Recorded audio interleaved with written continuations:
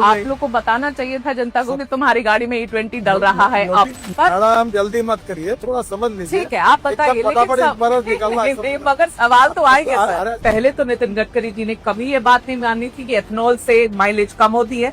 जब हरदीप पुरी जी ने ये बात मानी तब उन्होंने मानी। ब्लेंडेड पेट्रोल जब यूज कर रहे हैं तो माइलेज कम होगी कि नहीं, बस इतना ही पूछा मैंने। आप गलत बोलती हो, फिर समझो। देश की जनता अभी सीरियसली कंफ्यूज है कि नितिन गडकरी जी के पास पेट्रोलियम का कारभार है कि इनके पास ट्रांसपोर्ट का डिपार्टमेंट है। आप एथेनॉल के ब्रांड एम्बेसडर बन के बैठे हुए।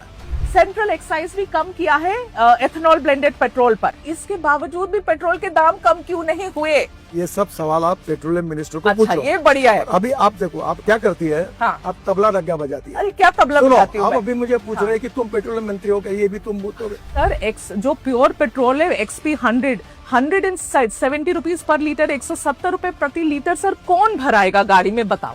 ये पेट्रोलियम विषय के जितने प्रश्न है ना, अब वो पेट्रोलियम मंत्री से ही बात करें। आपके बेटे की जो कंपनी है सियान एग्रो, उसकी नेट प्रॉफिट पिछले 5 सालों में 4500% ऊपर बढ़ गई है।